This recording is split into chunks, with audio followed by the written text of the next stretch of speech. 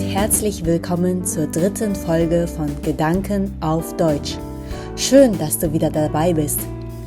Heute möchte ich mit dir über etwas nachdenken, das uns alle früher oder später betrifft. Die Vergänglichkeit. Was bleibt, wenn alles andere vergeht? Manchmal bleibe ich einfach stehen, auf dem Weg zur Arbeit, beim Aufräumen oder wenn ich einen alten Karton öffne. Und plötzlich ist da dieses Gefühl. Alles vergeht. Dinge, die einmal wichtig waren, verlieren ihren Glanz. Kleidung, die ich geliebt habe, liegt nun vergessen im Schrank.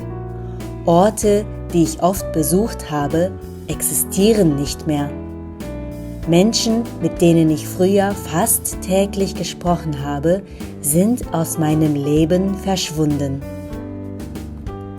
Es ist ein seltsames Gefühl und ein stilles.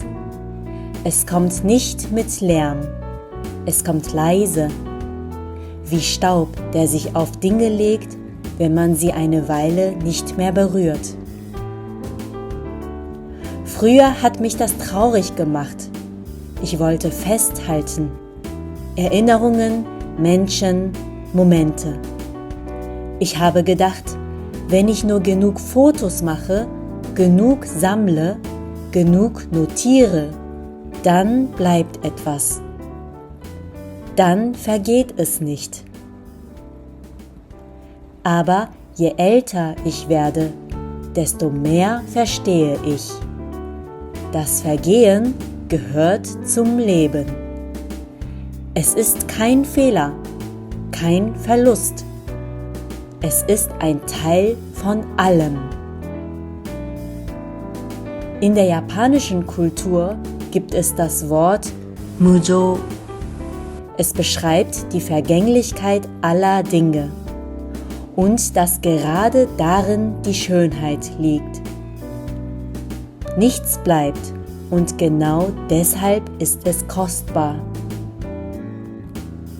Diese Idee hat mich verändert. Sie hat mir geholfen, Abschiede besser zu verstehen. Nicht als etwas Endgültiges, sondern als etwas Natürliches. Wie die Blätter im Herbst, die fallen.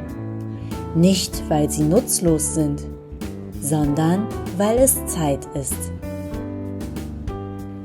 Ich denke oft an Gespräche, die ich geführt habe, an Blicke, die ich bekommen habe, an einen Satz, der mir irgendwann Trost gespendet hat. Viele dieser Menschen sind heute nicht mehr in meinem Leben, aber etwas von ihnen ist geblieben.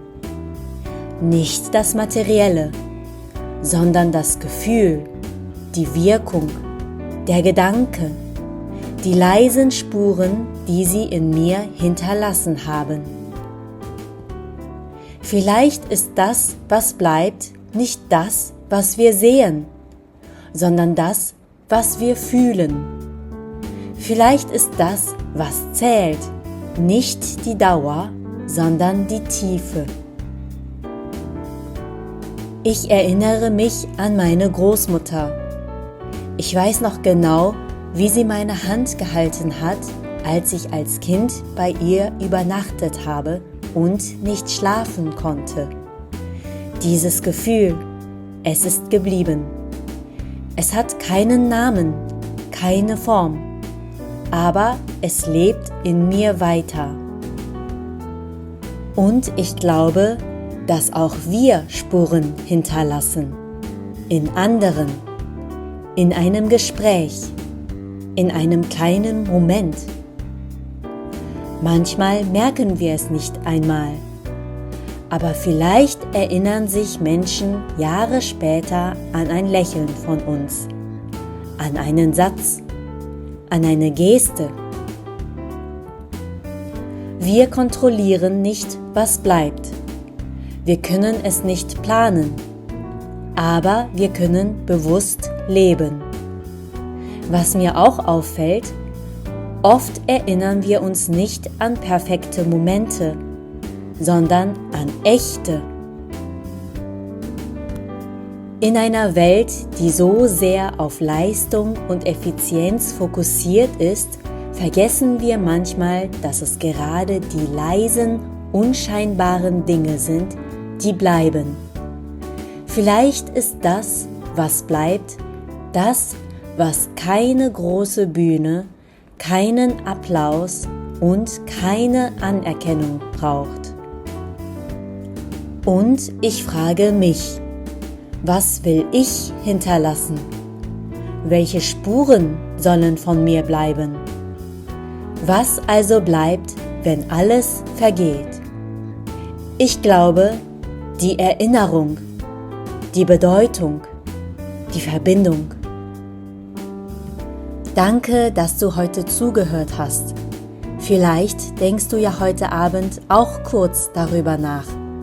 Was ist für dich geblieben? Aus all den Jahren, all den Begegnungen, all den Tagen? Und was möchtest du hinterlassen? Das war die 3. Folge von Gedanken auf Deutsch. Ich wünsche dir einen schönen Tag mit vielen kleinen glücklichen Momenten. Bis zum nächsten Mal.